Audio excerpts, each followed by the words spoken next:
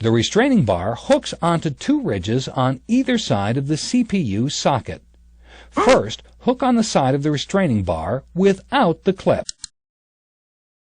After you hook on the first end of the restraining bar, press the bar down and hook the other end of the restraining bar to the other side of the CPU socket so that it keeps the heatsink in place.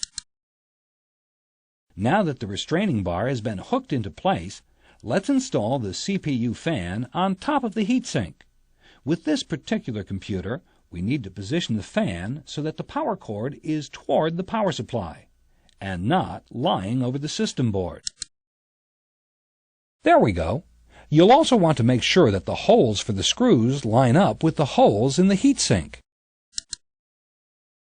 When reattaching the screws to hold the CPU fan in place, it's a good idea not to tighten them down all the way until all of the screws have been inserted.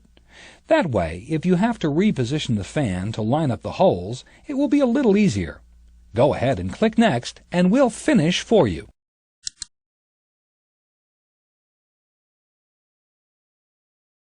Now that we've installed the heatsink and CPU fan, we're ready to reconnect the power cord for the CPU fan.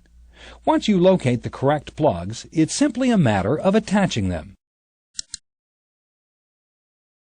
Connecting the power cable concludes the installation of the CPU, but we still need to test it. Now that we've seen how easy it is to remove and install a CPU, let's take a look at how to verify that it was installed correctly. Let's review with an A+ video tune-up. With the lever in the up position, gently place the CPU in the socket. Lower the ZIF socket lever and lock it into place. Gently line up the heatsink, then hook the restraining bar into place on either side. Place the fan, lining up the holes for the screws with the holes in the heatsink. Insert all the screws, then tighten them. Reconnect the power cord to the CPU fan.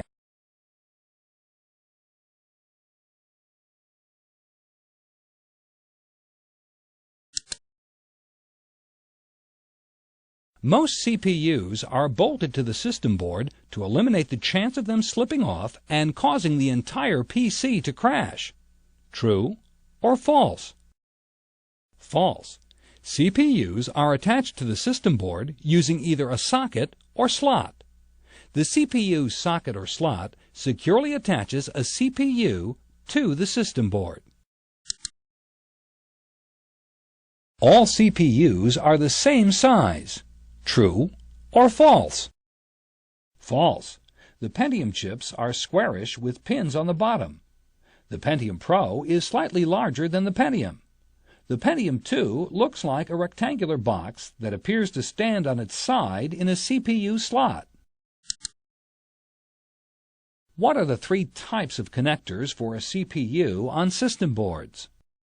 The three types of connectors are Socket 7, Socket 8, and Slot 1 connectors.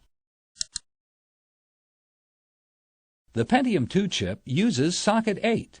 True or false? False.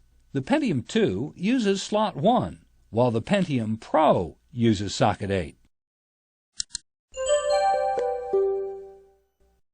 Installing PCI expansion card.